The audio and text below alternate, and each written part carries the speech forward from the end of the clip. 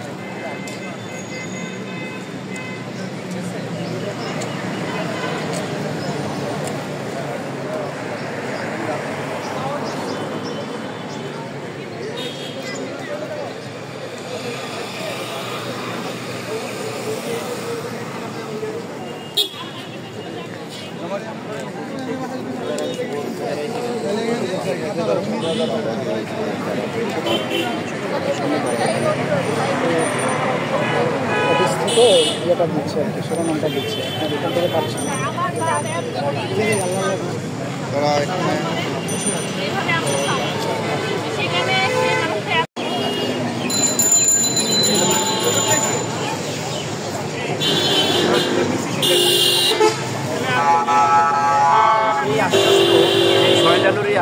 যে আশ্বাস দিয়েছিল যে খুব দ্রুত এটা সমাধান করবে, সেই আশ্বাসের একটা ফল এখন পর্যন্ত আমরা কোনো দৃশ্যমান কোনো পদক্ষেপ দেখতে পাচ্ছিলাম। তো সেই জন্য আমাদের আজকে এখানে শান্তিপূর্ণ অবস্থান কর্মসূচি ছিল যে আসলে আমাদের বিষয়ে কী সিদ্ধান্ত নেওয়া হয়েছে এখন পর্যন্ত। কিন্তু ভিতরে এখন শুনতেছি ভিতরে মিটিং হচ্ছে, কিন্তু এটা আদৌ আমাদের বিষয় নিয়ে কি না সে বিষয়ে আমরা এখন পর্যন্ত অভিযোগ আমাদের বিষয়ে বিভিন্ন ধাপে আমাদেরকে বাধ্য হয়েছে। তো 321 জনকে নানান অভিযোগ, প্রথম যে 252 জনকে বাধ্য হয়েছে ওখানে অভিযোগ ছিল নাস্তা না খেয়ে ব্যারাকে চলে যাওয়া হইচই করে, যেটা সম্পূর্ণ একদম ভিত্তিহীন এবং মিথ্যা একটি অভিযোগ। এরকম কোনো ঘটনাই ওখানে ঘটে নাই। তারপরে অভিযোগ ছিল ক্লাসে বিশৃঙ্খলা, এরপরে অভিযোগ ক্লাসে ঠিকমতো না যাওয়া, এরপরে অভিযোগ আরেক ক্লাসে বসে আরেকজনের সাথে কথা বলা। তো এরকম নানান অযৌক্তিক এবং বৈষম্যমূলক অভিযোগ, মানে অভিযোগ না, এটা বলতে পারেন অজুহাত দাঁড় করিয়ে আমাদেরকে হচ্ছে 221 জন যারা ট্রেনিং শেষ করে পদায়ন হওয়ার কথা তখন এদেরকে হচ্ছে প্রথম 252 জনকে যে বাদ দেওয়া হয়েছে ওখানে তাদের বাকি ছিল মাত্র 12 দিন বাকি ছিল।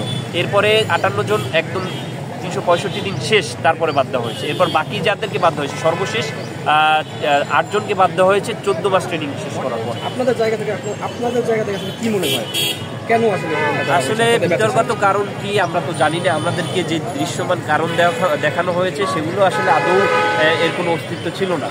এখন ভিতরে কি কারণ আছে আমরা জানি না। আচ্ছা, পুলিশের তরফ থেকে বলা হচ্ছে ওনারা নাকি জানতেন না আজকে আপনাদের অবস্থান কর্মসূচি। আসলে কি এরকম কিছু নাকি আপনারা পুলিশদেরকে জানিয়েছেন? না, আমরা এখানে তাদেরকে আগেই বলে রেখেছিলাম যে যখন 6 তারিখে আমাদেরকে নাসিমুল গনি স্যার আশ্বস্ত করেছিলেন, তখন ওই দিন আমরা তাদেরকে বলে রেখেছিলাম যে 12 তারিখের মধ্যে আমাদের একটা সমাধান চাই। তো 12 তারিখের মধ্যে এর কোনো সমাধান না পাওয়ায় আমরা আজকে 13 তারিখে আমাদের অবস্থান কর্মসূচি পালন করি। এখানে আসার পরেও একজন পুলিশ কর্মকর্তা আমাদেরকে বাধা দেয়। পরবর্তীতে তিনি উপরস্থ কর্মকর্তার সাথে আলাপ করে আমাদেরকে অবস্থান কর্মসূচি করতে অনুমতি দেয়।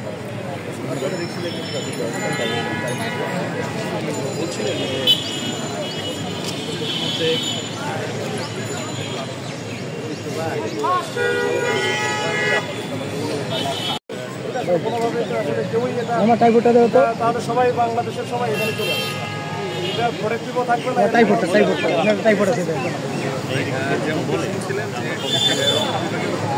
যারা ছিলেন তাদের সাথে কথা হয়েছে। তো এই ছিল আসলে আমার কাছে সচিবালয়ের সামনে থেকে আমি স্যারদের সাথে কনভে করবো। আসছিল এখানে স্যারেরা যদি আবার সময় দেয় তাহলে ভালো। আর যদি কি আপডেট যদি আগে ব্যবস্থা নেয় তাহলে সেটা আমি জানাই। মোবাইলের সামনে মিটিং আছে কিনা আমি জানি না। তোমার তাহলে মিটিংয়ে কে ছিল কারা ছিল আমি জানি না।